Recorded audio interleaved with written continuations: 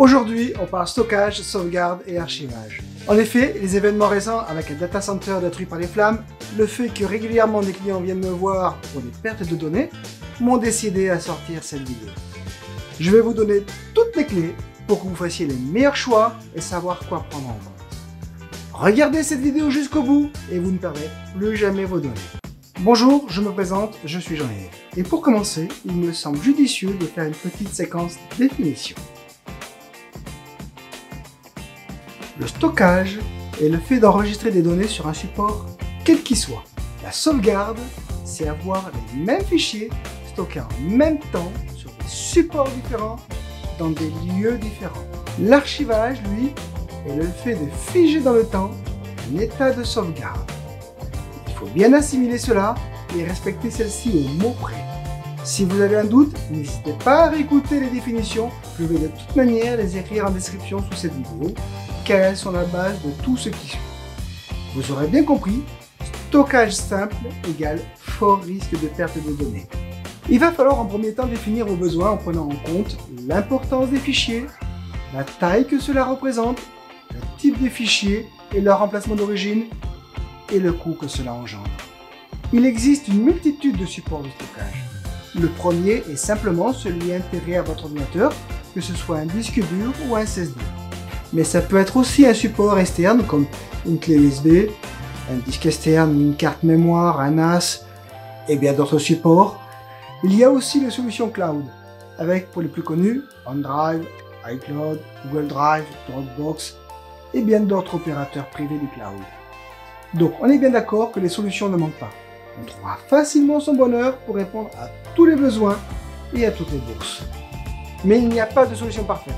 Elles ont toutes des avantages et des inconvénients. Plus l'avantage est grand, plus l'inconvénient l'est aussi.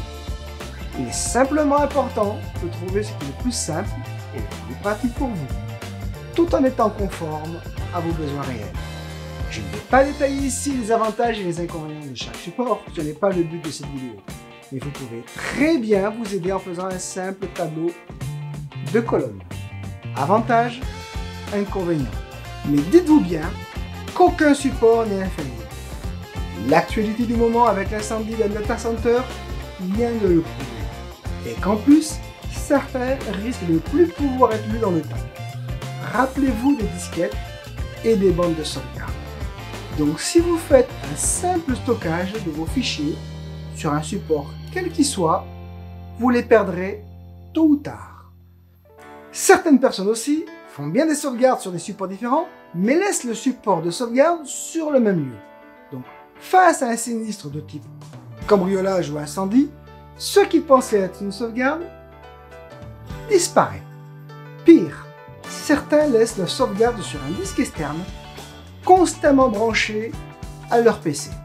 Donc le premier malware qui passe pourra détruire et les données stockées sur le PC et celles stockées sur le disque externe.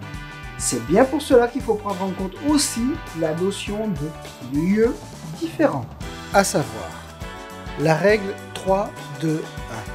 C'est 3 copies sur 2 types de supports différents, dont un hors site. Il faut aussi penser à l'humain. Choisissez votre système de sauvegarde. Est-ce que vous êtes assez rigoureux pour faire vos sauvegardes de manière régulière? Manuellement, sans vous dire « Oh c'est bon, je les ferai demain ». Car peut-être demain, il sera trop tard. Si vous êtes dans ce cas, il faut plutôt prendre une solution automatisée. Il n'y a pas de honte à avoir, il faut juste être réaliste avec soi-même. Le gratuit peut être aussi une solution attirante. Les clouds que j'ai cités plus tôt offrent des solutions en capacité limitée, mais qui pourraient suffire à certains. Mais je peux vous certifier que ce ne sont pas des solutions de sauvegarde fiables. Le problème, c'est justement ce qui les rend très attirants.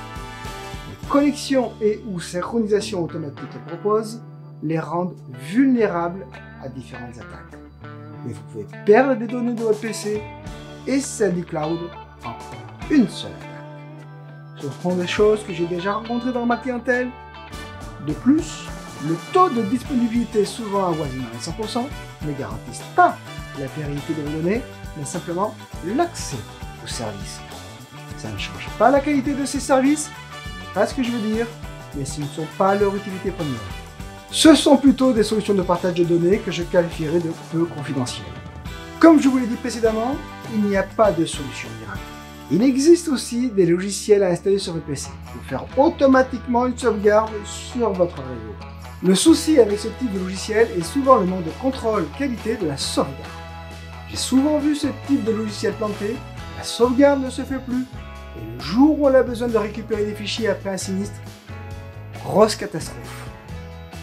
Les solutions automatisées les plus fiables sont payantes et sous forme d'abonnement.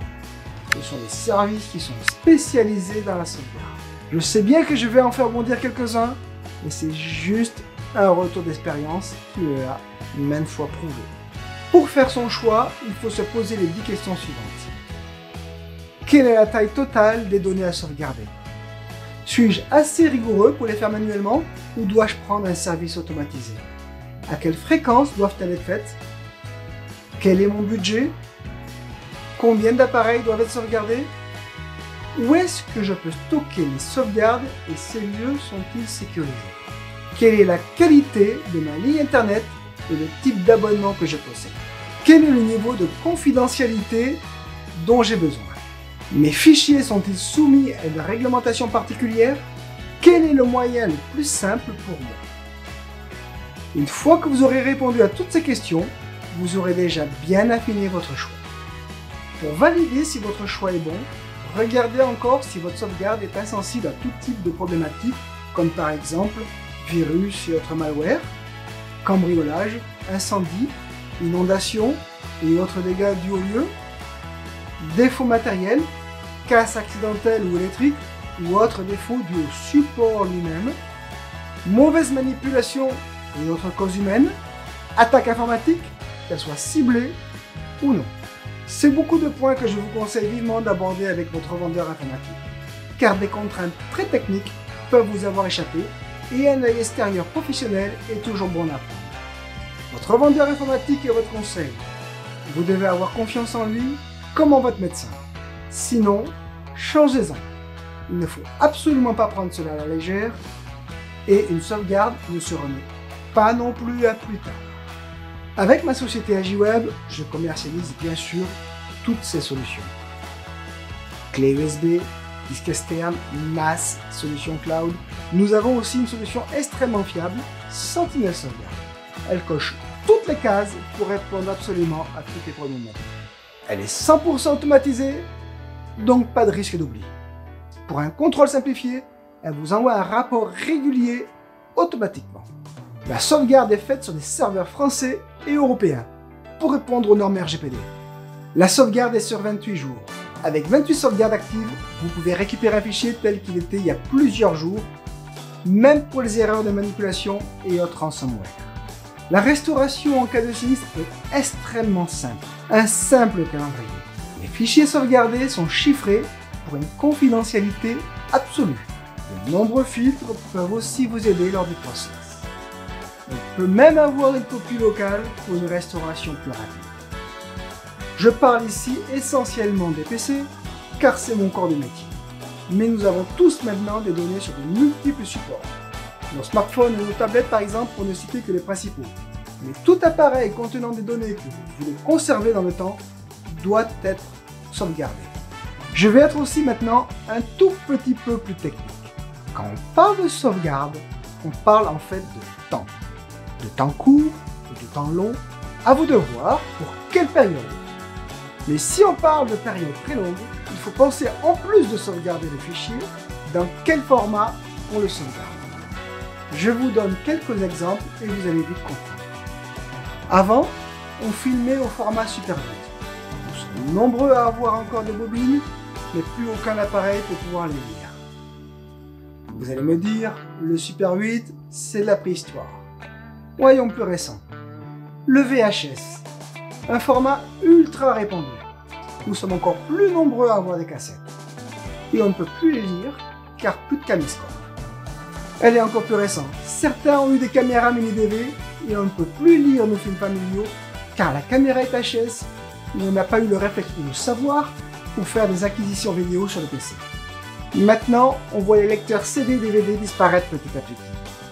On voit aussi exactement les mêmes phénomènes avec certains fichiers réalisés sur d'anciens logiciels. Et même si on a gardé le fichier pour installer le logiciel, celui-ci ne s'installe plus sur notre dernier Windows. Il est donc primordial de convertir les fichiers que vous désirez garder sur des temps longs dans différents formats, pour être sûr ainsi de pouvoir l'ouvrir dans 20 ans par exemple. Il ne faut pas non plus hésiter à reconvertir le fichier dans plusieurs années si un nouveau format ou un ajout. Un dernier petit point reste à faire sur la récupération de données perdues. Donc déjà, cela sous-entend que le disque n'a pas été volé ou qu'il ait subi une attaque via un ransomware qui aurait chiffré toutes les données. Selon la panne du support, il peut être éventuellement possible de récupérer les données perdues. AgiWeb effectue ce type de prestation, soit directement dans notre atelier pour les cas les plus légers, ou via notre laboratoire partenaire pour les cas les plus lourds. Et je vous le dis tout de suite, l'addition pour certains cas peut être très lourde, car justement les moyens déployés peuvent aussi être très lourds. Je ne parle même pas du stress que cela procure tant que les données ne sont pas encore récupérées.